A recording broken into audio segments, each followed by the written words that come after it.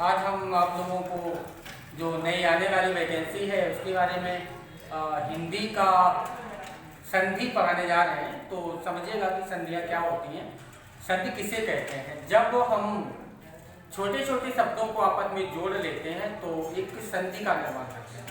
बड़े शब्दों को छोटे शब्द अलग अलग शब्दों को आपस में जोड़ लेना संधि है। जैसे कि विद्यार्थी शब्द है, ये क्या था कि विद्या था और का अर्थी था, जो विद्या का अर्थ करता विद्यार्थी है, तो उसको छोटा कर लेना ही संधि कहलाता है। संधि का मतलब होता है जोड़ लेना। अब कुछ संधियाँ कुल कितने प्रकार की होती हैं इसके बारे में समझिएगा कि जो टोटल संधि है वो है मुख्य रूप से 3 प्रकार की होती है। संधि मतलब जो संधि होती हैं वह 3 प्रकार की होती है। आप देख सकते हैं हमने यहाँ पे 3 लाइनें खींची हुई हैं। जो संधियाँ हैं वह 3 प्रकार की होती हैं। कौन कौन सी संधि होती है? नंबर 1 स्वर संधि, नंबर 2 व्यंजन संधि और नंबर 3 विसर्ग। स्वर संधि में क्या होता है कि स्वर के साथ स्वर का मेल, स्वर के साथ स्वर का मेल स्वर संधि, व्यंजन के साथ स्वर या व्यंजन का मेल व्यंजन संधि, और विसर्ग के साथ स्वर या व्यंजन का मेल विसर्ग संधि।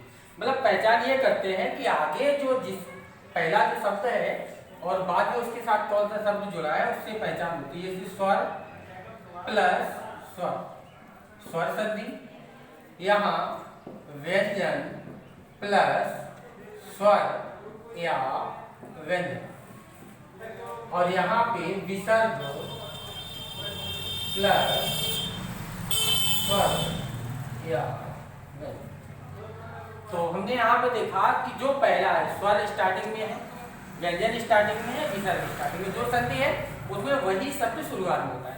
अब टोटल स्वर संधियाँ कितने प्रकार की होती हैं, टोटल व्यंजन कितने होते हैं, विसर्ग कितने होते हैं, उसके बारे में समझ लीजिएगा। तो मुख्य रूप से हिंदी में की बात करें तो हिंदी में स्वर संधियाँ 5 प्रकार की होती हैं। नंबर 1 दीर्घ स्वर संधि,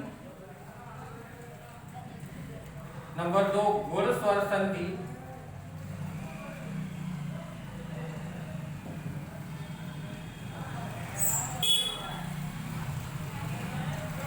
यल स्वर संधि, वृद्धि स्वर संधि और अयादि स्वर संधि। तो ये कुल प्रकार के इसमें 5 भेद हैं। नंबर 1 दीर्घ, नंबर 2 गुण, नंबर 3 यल, नंबर 4 वृद्धि, नंबर 5। और दीर्घ की पहचान क्या है कि जब बड़ा आ, बड़ी ई और या बड़ा ऊ जुड़ता है। जब भी कभी जब हम जोड़ते हैं शब्दों को तो बड़ा आ, बड़ी ई या बड़ा ऊ निकल के आता है, तो वहां पर दीर्घ स्वर संधि होती है। कहीं पर जैसे कि विद्यालय, विद्यालय है, हिमालय है, हिमाच्छादित है, बड़े आ का डंडा, बड़ी ई की मात्रा, जैसे कि गिरीश, सतीश, बड़ी ई की मात्रा के साथ, और इसी तरह से बड़े ऊ की मात्रा के साथ, जैसे कि लघुरमा, बड़े ऊ की मात्रा, या गुरुपदेश, तो बड़ा आ, बड़ी ई और बड़ा ऊ से दीर्घ स्वर संधि। गुण में क्या होता है कि गुण में पहचान होती है ए, ओ और अर्थ। ए से क्या है, जैसे कि नरेश, ए की मात्रा, वीरोचित, ओ की मात्रा, और अर्थ महर्षि, राजर्षि, सप्तर्षि, देवर्षि, इसी तरह से अर्थ निकल के आता है। कहीं पर भी ये अर्थ निकले, महर्षि, सप्तर्षि, देवर्षि, राजर्षि, कुछ भी हो। यहाँ पे आप देख सकते हैं कि बड़ी ई की मात्रा में दिखती है, ओ की मात्रा भी। तो यहाँ पे क्लियर कर देते हैं कि बड़ी ई की मात्रा से संधि ना होके ओ की मात्रा से होगी, क्योंकि यहाँ पे ज्वाइंट कहाँ पर हुआ, संधि का मतलब जोड़ होता है। ये शब्द जुड़ा कहाँ है, वीर और उचित, तो जोड़ यहाँ पे हुआ, न कि यहाँ। और अगर जोड़ ओ पे हुआ इसका मतलब ये ओ के हिसाब से पहचाने की बोल है। तो इसको भी ध्यान रखते हैं कि किस तरह से हम इसको पहचान सकते हैं। अब एल को समझिएगा, एल में या और वा के आगे आधा अक्षर उत्पन्न हो जाता है। हमेशा ही यह स्वर संधि में या और वा के आगे आधा अक्षर उत्पन्न हो जाता है, जैसे कि न्यून, यहाँ से आगे आधा अक्षर उत्पन्न हो गया। और इसी तरह से स्वयं या स्वागत, तो आप देख सकते हैं वा के आगे या के आगे आधा अक्षर अगर उत्पन्न, यहाँ पे आधा ना, यहाँ पे आधा सा, आधा सा, तो इस तरह से यहाँ पे यल है। उसके बाद वृद्धि स्वर संधि की बात करें तो वृद्धि में क्या होता है कि गुण में जो ए और ओ होते हैं इसमें अ एवं औ के रूप में आते वृद्धि कर जाते हैं। जो गुण होता है ये इसमें वृद्धि कर जाता है, इसीलिए वृद्धि स्वर संधि कहते हैं। ऐ की मात्रा जैसे कि सदैव, तथैव, एकैक, इस तरह से कोई सा भी शब्द ले सकते हैं।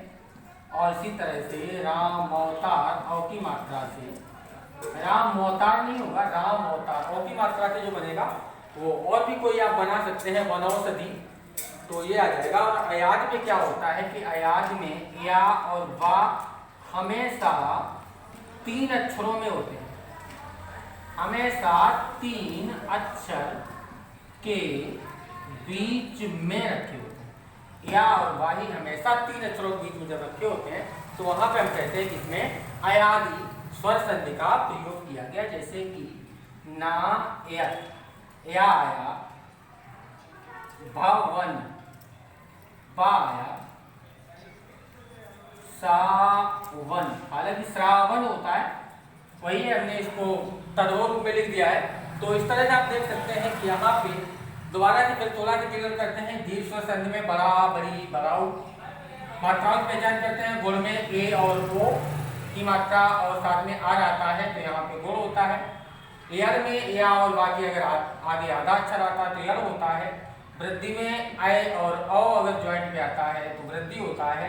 और यहाँ पे या और वा 3 अक्षरों के बीच में रखे होते हैं। तो इस तरह से आप देख सकते हैं कि ये स्वर संधि के 5 भेद होते हैं। अब बात करते हैं हम व्यंजन संधि की, तो उसको समझ लीजिएगा कि व्यंजन संधि को किस प्रकार से पहचान सकते हैं।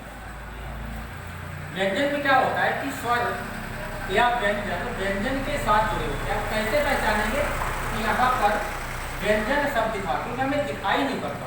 और मेन चीज़ क्या है कि जब तक ये अलग नहीं होता, जब तक दिखाई नहीं पड़ता, तो इसकी हम पहचान कैसे करें। तो इसकी पहचान के 4 रूप हैं।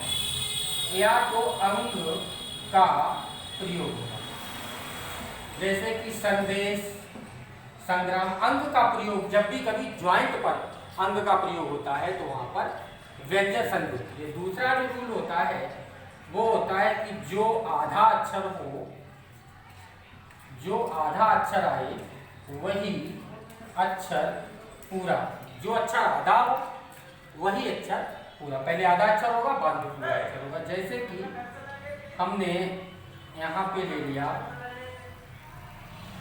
उज्ज्वल, तो आप देख सकते हैं कि एक का आधा जा है, द्वारा भी आधा जा है, कोई दिक्कत नहीं है। आप सज्जन ले सकते हैं, आधा जा और पूरा जा। इस तरह की जो अक्षर आधा है वो अक्षर पूरा है।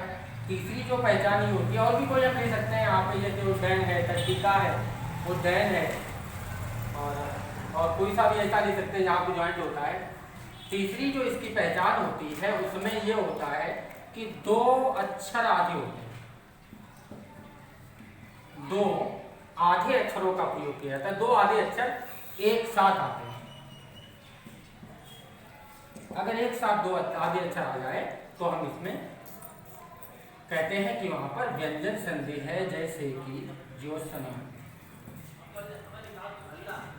आधा का और आधा। तो इस तरह से हम देख सकते हैं कि जब 2 अक्षर। इसी तरह से जो चौथी पहचान होती है उसमें होता है वर्ग का पहला या तीसरा अक्षर।